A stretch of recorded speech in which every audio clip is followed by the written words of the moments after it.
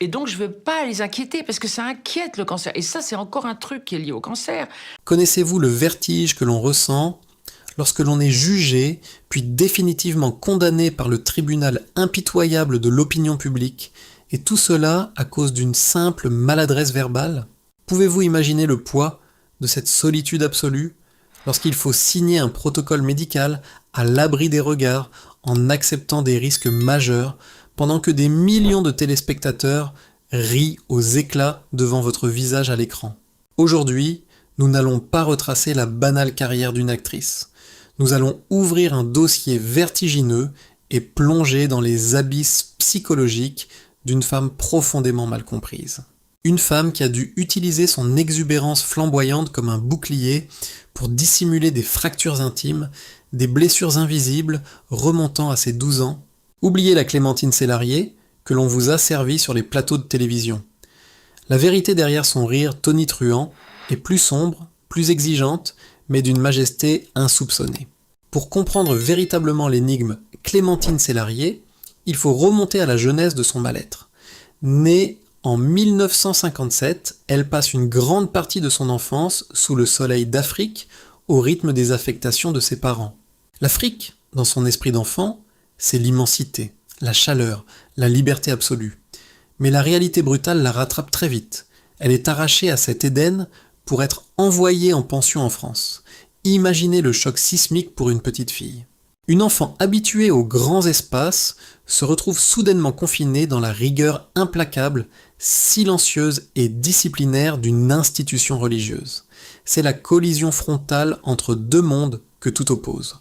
C'est précisément dans les couloirs austères de ce pensionnat que va s'enraciner son sentiment de décalage permanent. Elle l'avoue elle-même avec une lucidité qui serre le cœur.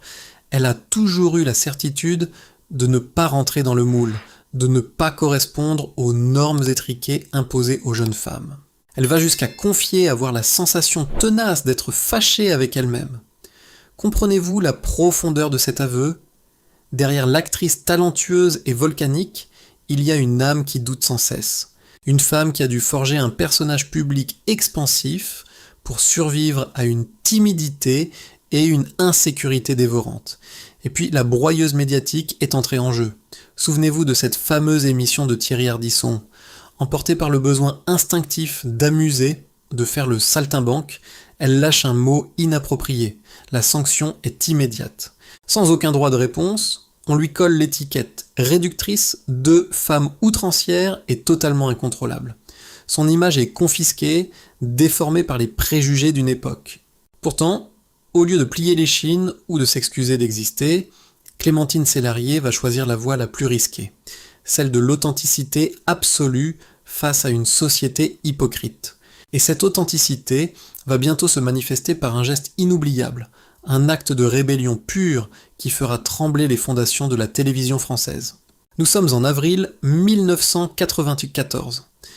La France est tétanisée par un fléau silencieux, une maladie qui décime une génération dans l'incompréhension et la peur la plus totale. Le sida n'est pas seulement une urgence médicale, c'est une condamnation sociale. Les malades sont mis au banc de la société, isolés, souvent rejetés par leur propre famille. On n'ose pas les approcher, on n'ose pas les toucher. La télévision, reflet des angoisses d'une nation, organise le tout premier SIDAction.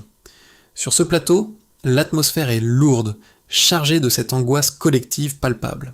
Clémentine Célarié est là, parmi d'autres personnalités. Mais contrairement à beaucoup, elle ne se contente pas de paroles de compassion préfabriquées. Elle est assise devant Patrice Janiot, un jeune homme séropositif. En une fraction de seconde, dans son fort intérieur, une évidence s'impose. « Mon cœur commence à battre », dira-t-elle plus tard. Elle sent viscéralement que les beaux discours ne suffisent plus. Il faut briser le mur de glace. Il faut un acte, pas un mot. Alors, sans préméditation, sans demander l'avis des producteurs, ni se soucier des conséquences pour son image, elle se tourne vers Patrice et l'embrasse sur la bouche. Un silence de cathédrale s'abat sur le plateau et dans les salons de millions de Français. Ce baiser n'a rien de romantique ni de provocateur. C'est un électrochoc humanitaire. En quelques secondes, elle vient de pulvériser le mythe de la contagion par la salive. Elle vient d'affirmer avec une puissance inouïe que l'amour et la fraternité doivent triompher de la terreur sanitaire. Mais mes chers amis, l'histoire ne s'arrête pas à cet élan de bravoure. L'après-coup de ce geste iconique est beaucoup plus nuancé et cruel qu'on ne l'imagine. Si une grande partie du public salue son courage, ce baiser consolide aussi son image de femme indomptable aux yeux d'une certaine élite du cinéma français. Dans les bureaux feutrés des producteurs parisiens, on murmure. On la trouve trop risquée, trop incontrôlable.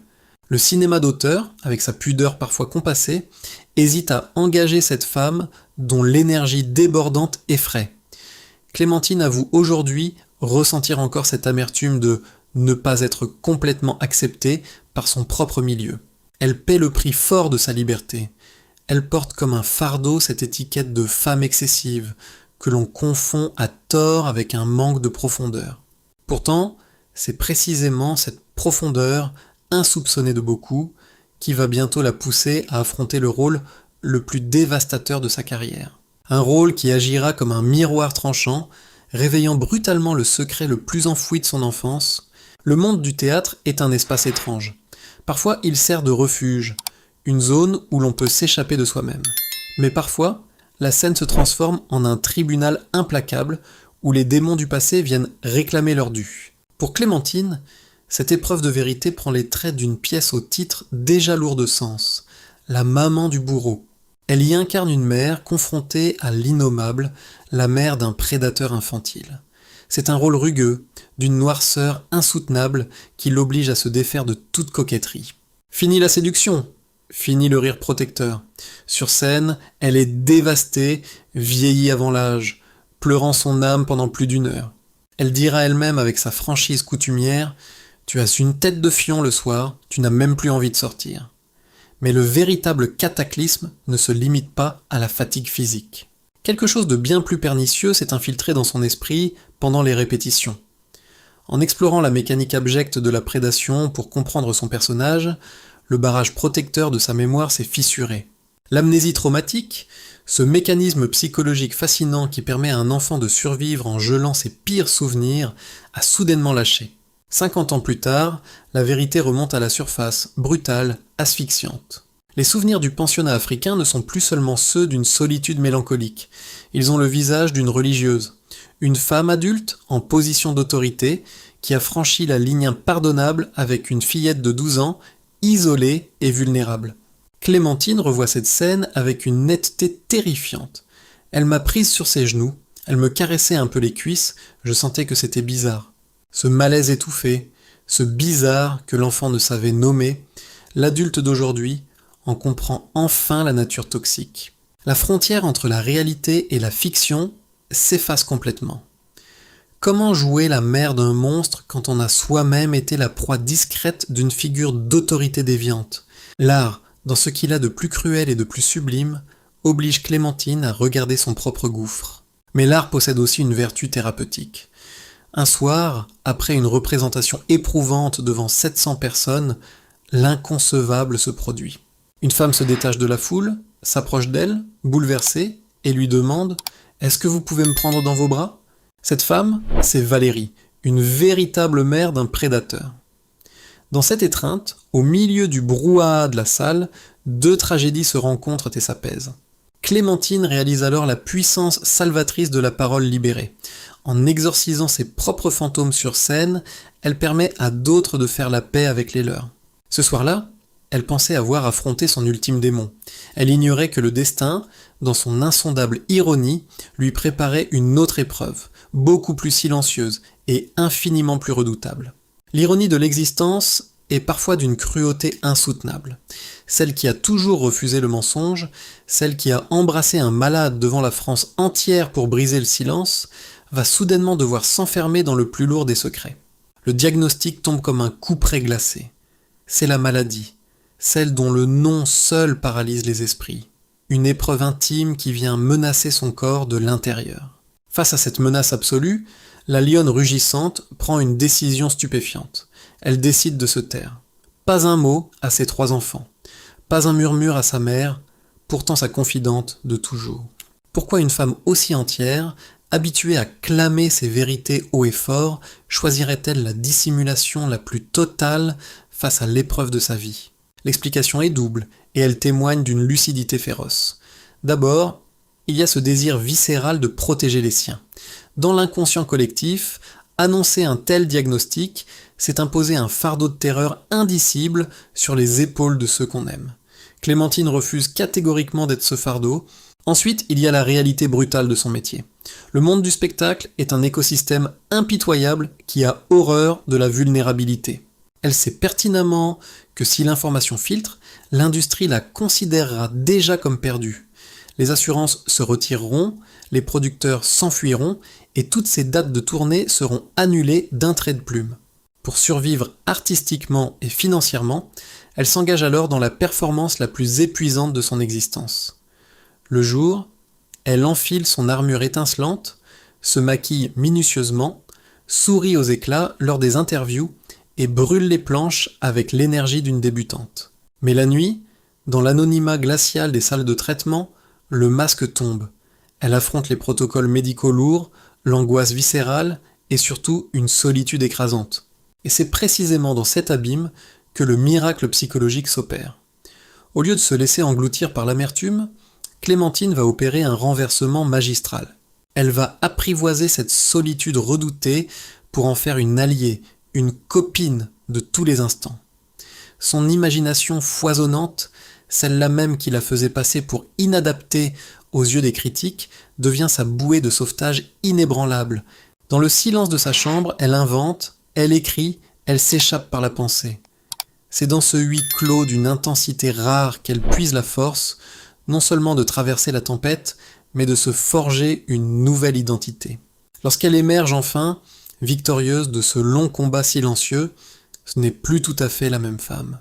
Débarrassée de ses dernières peurs, elle s'apprête désormais à livrer sa bataille la plus subversive, celle d'une femme qui refuse catégoriquement de s'excuser de vieillir, et plus encore de s'excuser d'aimer de toutes ses forces. Lorsqu'on a regardé l'abîme droit dans les yeux et qu'on en est revenu, les dictats futiles de la société perdent soudainement toute leur autorité. C'est avec cette clarté nouvelle, presque brutale, que Clémentine Célarié s'attaque aujourd'hui à l'un des tabous les plus tenaces de notre époque, la dictature du jeunisme. Dans une société où chaque ride est perçue comme une défaite et où l'industrie du divertissement exige des femmes qu'elles restent éternellement figées dans leur trentaine, Clémentine refuse catégoriquement d'obéir. À l'approche des 70 ans, elle balaie l'injonction à la chirurgie esthétique. Pourquoi effacerait-elle ce visage qui lui permet d'incarner des rôles abîmés, complexes, des femmes qui ont vécu? Son visage n'est pas un monument à préserver sous formol, c'est un instrument de travail, une carte géographique de ses batailles. Mais attention, ne confondez pas ce refus du bistouri avec du laisser-aller. Son exigence envers son corps est absolue. La liberté de l'esprit nécessite une machine physique implacable. C'est pourquoi elle s'impose une discipline de fer, courant sur des tapis inclinés à forte pente, rejetant les toxines et la paresse. Elle ne veut pas être jeune, elle veut être puissante. Cependant, là où son discours devient véritablement subversif, c'est lorsqu'elle aborde la sphère intime. Clémentine Célarié aime, et elle aime avec la passion d'une adolescente. Seulement voilà, l'homme qui partage sa vie a 17 ans de moins qu'elle. Et c'est là que le vernis hypocrite de notre société craque. Qu'un acteur dans la soixantaine s'affiche avec une femme de 30 ans son cadette et l'on applaudira sa vitalité. Mais qu'une femme fasse la même chose et les regards se détournent, lourds de mépris et de jugement moral.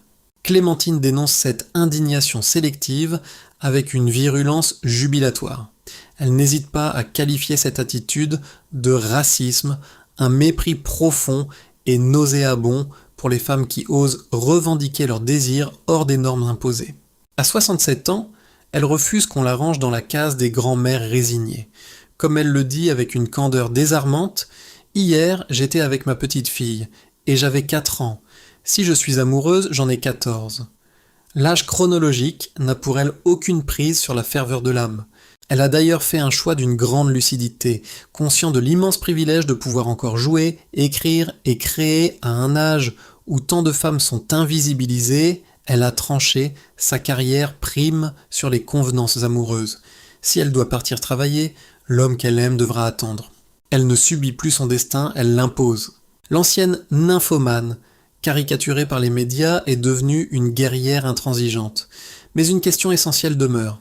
Après avoir tant lutté contre la maladie, contre les préjugés, contre elle-même, comment trouve-t-on enfin la paix ? Le voyage intime que nous venons d'accomplir à travers la vie tumultueuse de Clémentine Célarié n'est pas une simple biographie linéaire. C'est, en réalité, l'autopsie d'une résilience brute, le portrait d'une femme qui a passé sa vie à déjouer les pronostics les plus sombres. Aujourd'hui, l'armure de cette guerrière incandescente commence enfin à s'alléger après tant de tempêtes traversées. Cette lourde cuirasse protectrice, elle l'avait pourtant forgée à coups de rire tonitruants et de provocations médiatiques. C'était le prix indispensable à payer pour affronter un monde souvent féroce et prompt à juger la liberté des femmes. Mais la véritable guérison n'est jamais exclusivement d'ordre médical ou physique. L'esprit doit accomplir un tout autre cheminement pour réapprendre patiemment à habiter le monde des vivants sans la peur constante du lendemain. Clémentine s'attelle désormais à l'exercice intérieur le plus périlleux après avoir frôlé le néant. Il s'agit d'apprendre à accepter le bonheur de manière totalement inconditionnelle, sans plus jamais s'excuser d'être encore là. C'est ce douloureux syndrome du survivant qu'elle tente d'apprivoiser au quotidien avec courage. L'ancienne pensionnaire isolée a enfin trouvé son point d'ancrage, s'installant sereinement dans sa propre vérité. D'un côté, elle embrasse son rôle de grand-mère avec une humilité qui force le respect. Elle observe une retenue absolue, choisissant délibérément de s'effacer pour respecter scrupuleusement l'éducation choisie par ses enfants. De l'autre côté, elle vit une relation d'une intensité inouïe avec sa maman de 94 ans. Elles ont dépassé la simple filiation pour devenir de véritables complices spirituels, relisant ensemble le grand livre de la vie. Clémentine Célarié n'est pas une sainte, et elle posséderait une sainte horreur d'être peinte sous des traits aussi lisses. Elle reste fondamentalement imparfaite, volcanique, excessive dans ses élans et parfois paradoxale. Mais elle possède cette vertu devenue si rare dans notre société moderne, une sincérité chirurgicale. Combien de jugements hâtifs et définitifs portons-nous chaque jour sur les apparences de ceux qui croisent notre route ? Combien de fois avons-nous confondu l'exubérance d'un artiste avec de la superficialité ? L'histoire de Clémentine nous rappelle que la plus noble des bravoures consiste à avoir l'audace d'être soi-même. Est-ce que cette plongée intime a modifié votre perception de cette grande figure du patrimoine culturel français ? Partagez-vous son combat féroce contre l'hypocrisie de notre société face au vieillissement des femmes et au droit d'aimer librement ? Votre avis m'intéresse au plus haut point et mérite d'être exprimé. Je vous invite chaleureusement à formuler vos réflexions et vos ressentis dans l'espace des commentaires juste en dessous. Je lis absolument chacune de vos contributions avec une attention sincère et un immense plaisir d'échanger. Si cette analyse approfondie a résonné en vous, manifestez-vous en laissant un précieux « j'aime ». Ce simple geste soutient directement la création indépendante et ce travail d'investigation exigeant que je vous propose. Partagez cette vidéo avec vos proches et vos amis qui vibrent pour les destins authentiques. N'oubliez pas de vous abonner à la chaîne et d'activer la cloche pour ne manquer aucun de nos prochains rendez-vous.